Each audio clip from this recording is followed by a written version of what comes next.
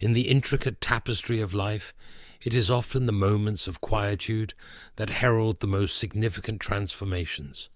C.S. Lewis, a master at deciphering the human soul, believed that God rarely calls to us through the rumble of thunder, but prefers to whisper in the gentle breezes of our daily experiences. As we embark on this journey of discovery, let us seek those subtle signs that indicate the proximity of a divine intervention in our story. Guided by Lewis's insights, we will understand how these silent awakenings can trigger profound transformations in our spiritual walk. Amidst the relentless march of life, where days blend into an endless routine, there lies a hidden invitation to awaken. It is not in the clamor of great revelations that we find our decisive moments, but in the quiet corners of our existence, where the mundane meets the mystical.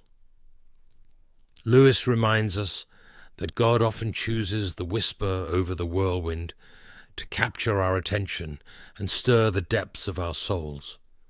Reflect on the gentle nudge of a persistent thought, the constant echo of an unrealized dream, or the silent discontent pointing to realms beyond our reach. These are not mere fragments of our imagination, but possibly the first threads of a divine tapestry being woven to the fabric of our lives. Lewis would likely argue that our deepest awakenings often emerge from the simplest moments: the sunrise that evokes an unspoken longing, a phrase from a book that resonates deeply in our minds, or a conversation that leaves our spirit restless for something greater. Awakening, in the Lewisian sense, is the nascent realization that the visible world is merely a shadow of a more substantial reality that calls to us. It is the initial stirring of the heart that suggests our role in a grand narrative, a story written by God himself. This awakening does not shout from the rooftops, but whispers in the silence of our being, inviting us to embark on a journey of discovery and transformation. By paying attention to these subtle signs, we begin to see our lives not as a series of random events, but as a symphony carefully orchestrated by the divine maestro. Every note, every pause plays a crucial role in the developing melody of our existence. The nature of this awakening is not a sudden illumination, but a gradual unveiling, where the scales fall from our eyes, and we are invited to see the world, ourselves, and God in a new light. By embracing these silent awakenings, we open ourselves to the possibility of change, to the divine twists and turns that God weaves into our stories. For it is often in the gentle whisper of God's voice that we find the courage to let go of our old selves and assume the new roles he has written for us in his grand cosmic narrative. C.S. Lewis observed that hardships often prepare ordinary people for extraordinary destinies. This observation serves as a powerful reminder that our trials, though filled with discomfort, are not mere obstacles but crucibles for growth and transformation.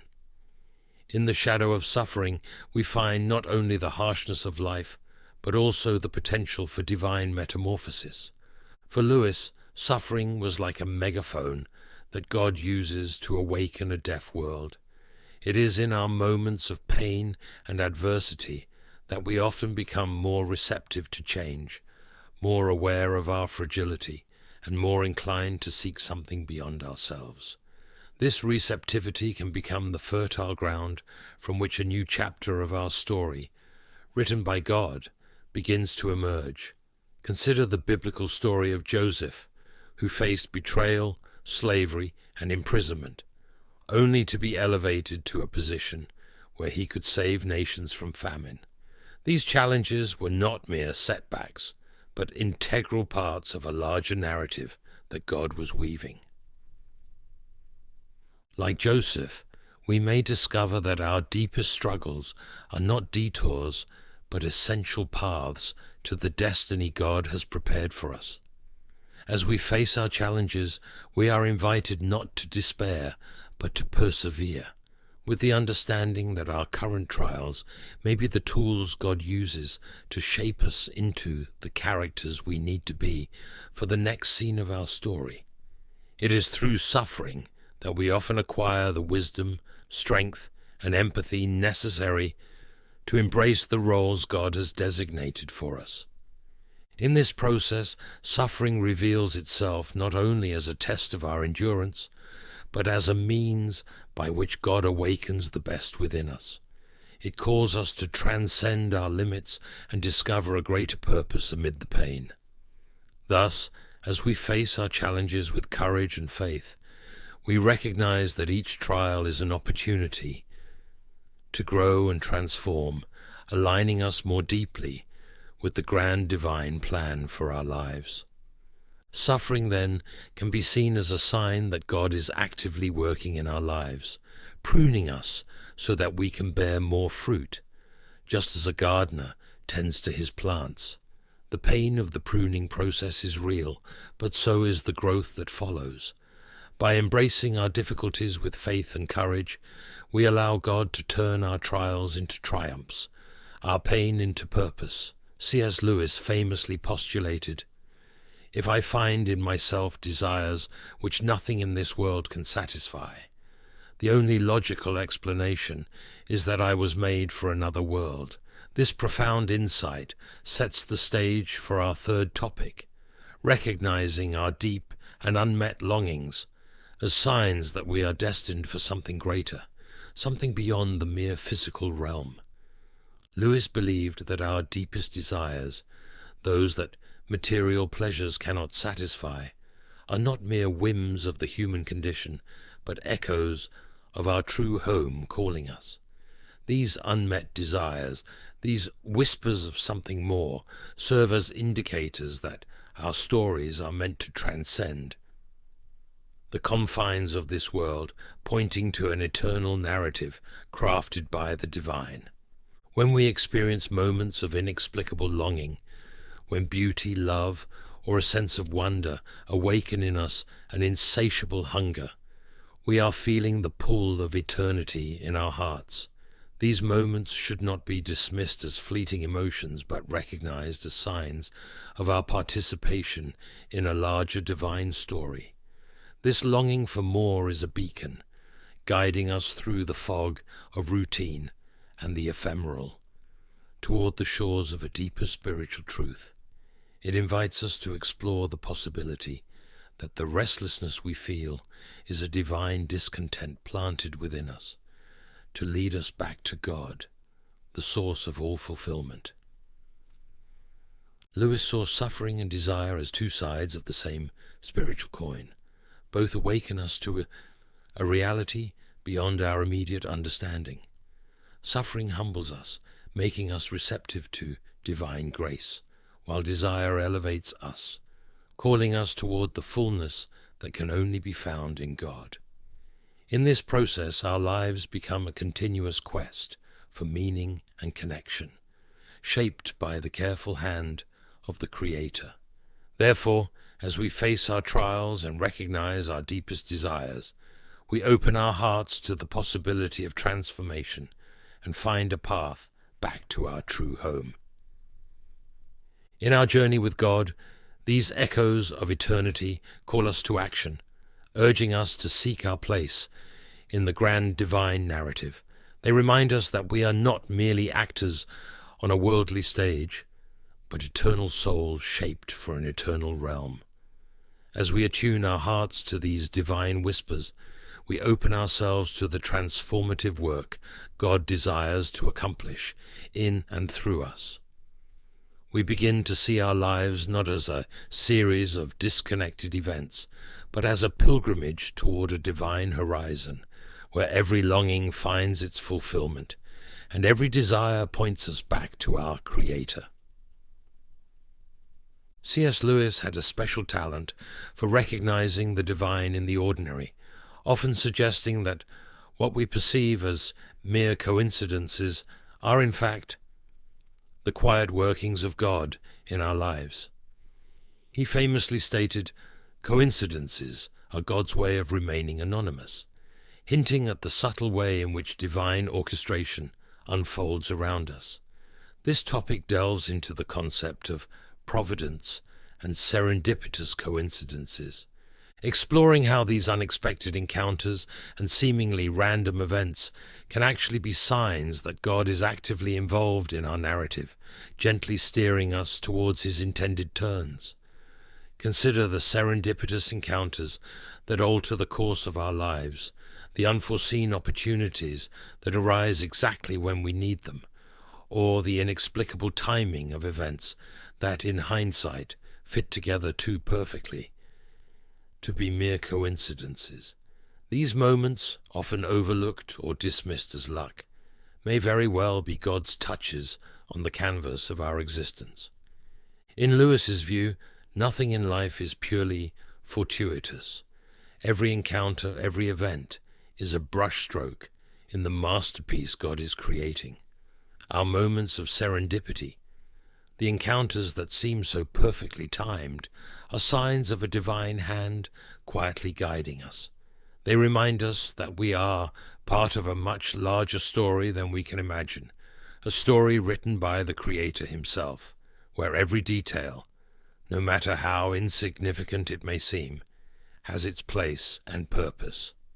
Therefore, as we navigate the routines of our daily lives, we are invited to be attentive to the divine whispers and touches, to recognize God's presence amid coincidences and improbable circumstances.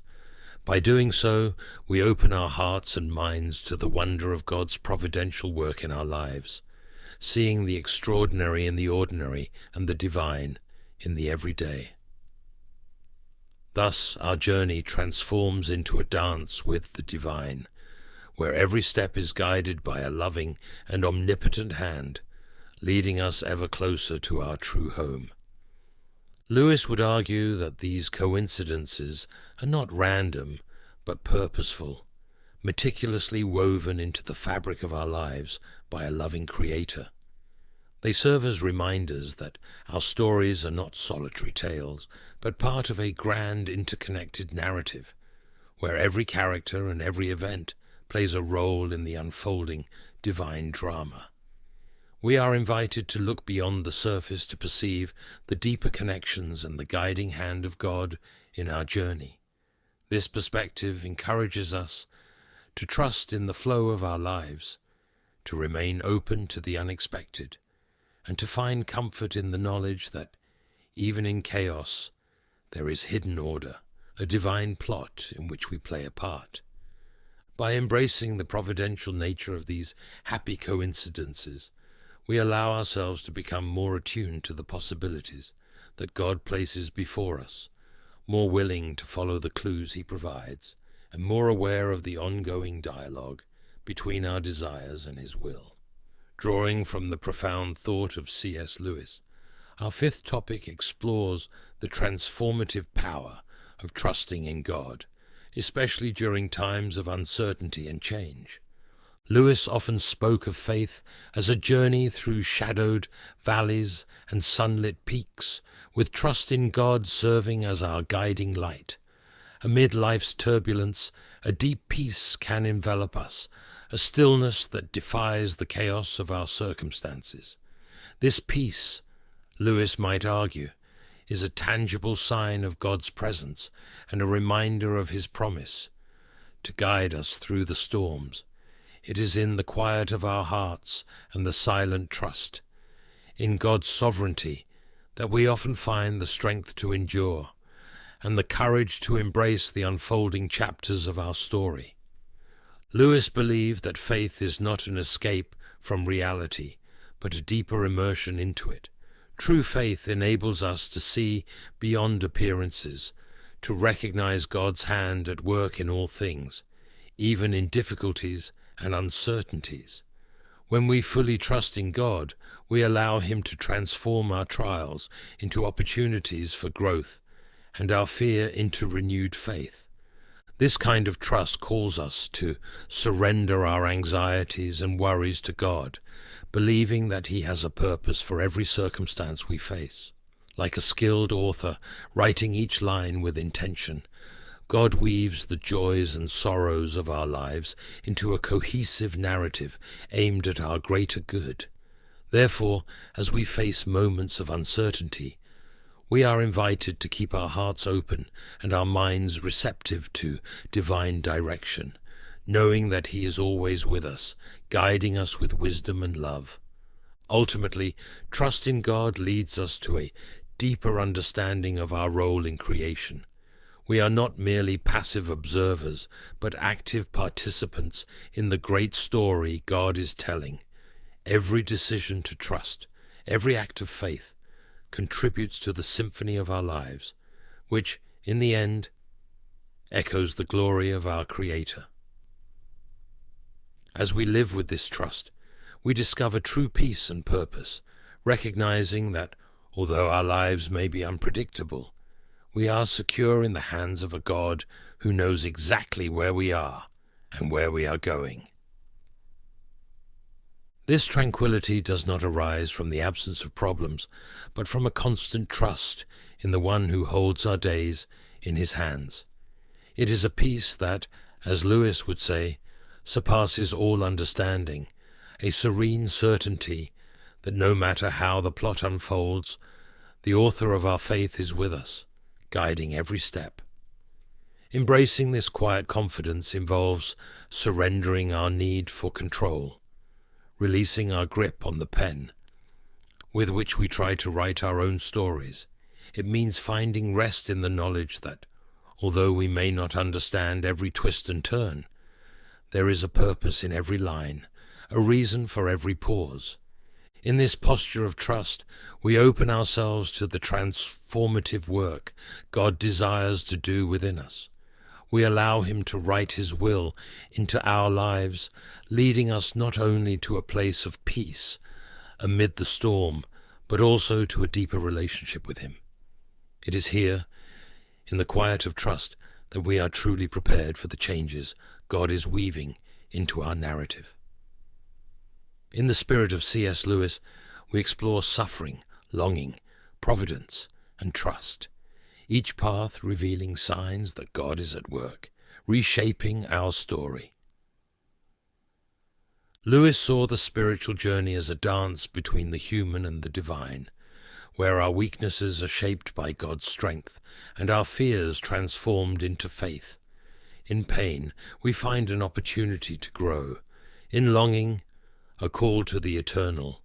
In coincidences, the invisible hand of God, and in trust, a surrender that brings us closer to the heart of the Creator. Embracing this dance means recognizing that every step, every stumble, is part of a larger plan. By yielding to the divine will, we find freedom and joy, even in adversity.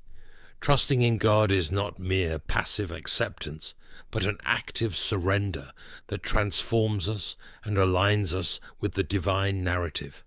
Thus, as we follow this journey, we are invited to hear God's whispers in our daily lives, to see beauty and order amid chaos, and to find courage and peace in the certainty of His presence.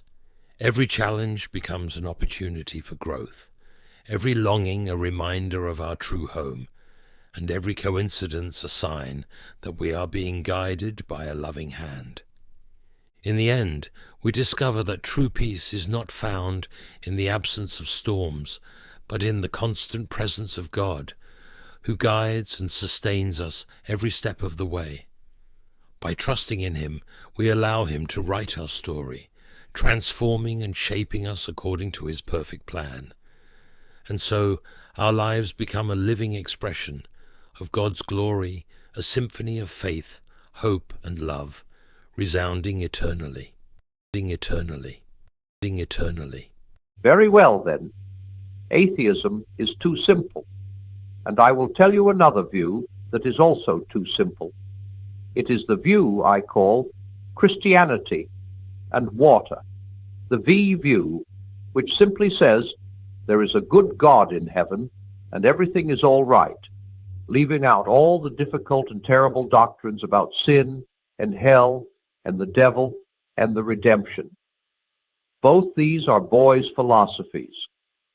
It is no good asking for a simple religion. After all, real things are not simple. They look simple, but they are not. The table I am sitting at looks simple, but ask a scientist to tell you what it is really made of. All about the atoms and how the light waves rebound from them and hit my eye, and what they do to the optic nerve, and what it does to my brain. And of course, you find that what we call seeing a table lands you in mysteries and complications which you can hardly get to the end of. A child saying a child's prayer looks simple, and if you are content to stop there, well and good. But if you are not, and the modern world usually is not, if you want to go on and ask what is really happening, then you must be prepared for something difficult. If we ask for something more than simplicity, it is silly then to complain that the something more is not simple. Very often, however, this silly procedure is adopted by people who are not silly, but who, consciously or unconsciously, want to destroy Christianity. Such people put up a version of Christianity suitable for a child of 6 and make that the object of their attack. When you try to explain the Christian doctrine as it is really held by an instructed adult, they then complain that you are making their heads turn round and that it is all too complicated, and that if there really were a God, they are sure he would have made religion simple, because simplicity is so beautiful, etc. You must be on your guard against these people, for they will change their ground every minute and only waste your tune. Notice, too, their idea of God making religion simple, as if religion was something God invented, and not his statement to us of certain quite unalterable facts about his own nature. Besides being complicated, reality, in my experience, is usually odd. It is not neat, not obvious, not what you expect. For instance, when you have grasped that the Earth and the other planets all go round the Sun, you would naturally expect that all the planets were made to match, all at equal distances from each other, say, or distances that regularly increase, or all the same size, or else getting bigger or smaller as you go farther from the Sun. In fact, you find no rhyme or reason that we can see about either the sizes or the distances, and some of them have one moon, one has 4, one has 2, some have none, and one has a ring. Reality, in fact, is usually something you could not have guessed. That is one of the reasons I believe Christianity. It is a religion you could not have guessed. If it offered us just the kind of universe we'd always expected, I should feel we were making it up. But in fact, it is not the sort of thing anyone would have made up. It has just that queer twist about it that real things have. So let us leave behind all these boys' philosophies, these over simple answers. The problem is not simple, and the answer is not going to be simpler either. What is the problem? A universe that contains much, that is obviously bad and apparently meaningless, but containing creatures like ourselves who know that it is bad and meaningless. There are only two views that face all the facts. One is the Christian view that this is a good world that has gone wrong, but still retains the memory of what it ought to have been. The other is the view called dualism. Dualism means the belief that there are two equal and independent powers at the back of everything, one of them good and the other bad, and that this universe is the battlefield in which they fight out an endless war. I personally think that next to Christianity, dualism is the manliest and most sensible creed on the market. But it has a catch in it. The two powers, or spirits, or gods, the good one and the bad one, are supposed to be quite independent. They both existed from all eternity. Neither of them made the other. Neither of them has any more right than the other to call itself God. Each presumably thinks it is good and thinks the other bad. One of them likes hatred and cruelty, the other likes love and mercy, and each backs its own view. Now, what do we mean when we call one of them the good power and the other the bad power? Either we are merely saying that we happen to prefer the one to the other, like preferring beer to cider, or else we are saying that whatever the two powers think about it, and whichever we humans at the moment happen to like, one of them is actually wrong, actually mistaken in regarding itself as good. Now, if we mean merely that we happen to prefer the first, then we must give up talking about good and evil at all. For good means what you ought to prefer, quite regardless of what you happen to like at any given moment. If being good meant simply joining the side you happen to fancy for no real reason, then good would not deserve to be called good. So we must mean that one of the two powers is actually wrong and the other actually right. But the moment you say that, you are putting into the universe a third thing in addition to the two powers. Some law or standard or rule of good which one of the powers conforms to and the other fails to conform to. But since the two powers are judged by this standard, then this standard, or the being who made this standard, is farther back and higher up than either of them, and he will be the real God. In fact, what we meant by calling them good and bad turns out to be that one of them is in a right relation to the real ultimate God, and the other in a wrong relation to him. The same point can be made in a different way. If dualism is true, then the bad power must be a being who likes badness for its own sake. But in reality, we have no experience of anyone liking badness just because it is bad. The nearest we can get to it is in cruelty. But in real life, people are cruel for one of two reasons. Either because they are sadists, that is, because they have a sexual perversion which makes cruelty a cause of sensual pleasure to them, or else for the sake of something they are going to get out of it, money or power or safety. But pleasure, money, power and safety are all, as far as they go, good things. The badness consists in pursuing them by the wrong method, or in the wrong way, or too much. I do not mean, of course, that the people who do this are not desperately wicked. I do mean that wickedness, when you examine it, turns out to be the pursuit of some good in the wrong way. You can be good for the mere sake of goodness. You cannot be bad for the mere sake of badness. You can do a kind action when you are not feeling kind and when it gives you no pleasure, simply because kindness is right. But no one ever did a cruel action simply because cruelty is wrong, only because cruelty was pleasant or useful to him. In other words, badness cannot succeed even in being bad in the same way in which goodness is good. Goodness is, so to speak, itself. Badness is only spoiled goodness, and there must be something good first before it can be spoiled.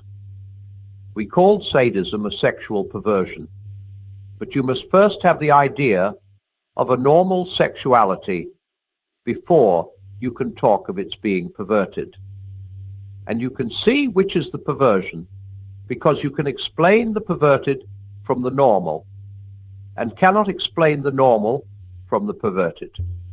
It follows that this bad power, who is supposed to be on an equal footing with the good power and to love badness in the same way as the good power loves goodness, is a mere bogey.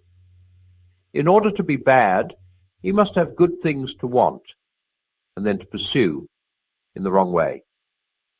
He must have impulses which were originally good in order to be able to pervert them. But if he is bad, he cannot supply himself either with good things to desire or with good impulses to pervert. He must be getting both from the good power. And if so, then he is not independent. He is part of the good power's world. He was made either by the good power or by some power above them both. Put it more simply still, to be bad, he must exist and have intelligence and will, but existence, intelligence and will are in themselves good. Therefore he must be getting them from the good power. Even to be bad, he must borrow or steal from his opponent. And do you now begin to see why Christianity has always said that the devil is a fallen angel? That is not a mere story for the children. It is a real recognition of the fact that evil is a parasite, not an original thing. The powers which enable evil to carry on are powers given it by goodness. All the things which enable a bad man to be effectively bad are in themselves good things: resolution, cleverness, good looks, existence itself.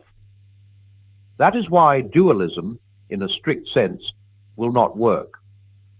But I freely admit that real Christianity, as distinct from Christianity and water, goes much nearer to dualism than people think. One of the things that surprised me when I first read the New Testament seriously was that it talked so much about a dark power in the universe, a mighty evil spirit who was held to be the power behind death and disease and sin. The difference is that Christianity thinks this dark power was created by God and was good when he was created and went wrong. Christianity agrees with dualism that this universe is at war, but it does not think this is a war between independent powers. It thinks it is a civil war, a rebellion, and that we are living in a part of the universe occupied by the rebel. Enemy-occupied territory, that is what this world is. Christianity is the story of how the rightful king has landed, you might say landed in disguise, and is calling us all to take part in a great campaign of sabotage. When you go to church, you're really listening into the secret wireless from our friends. That is why the enemy is so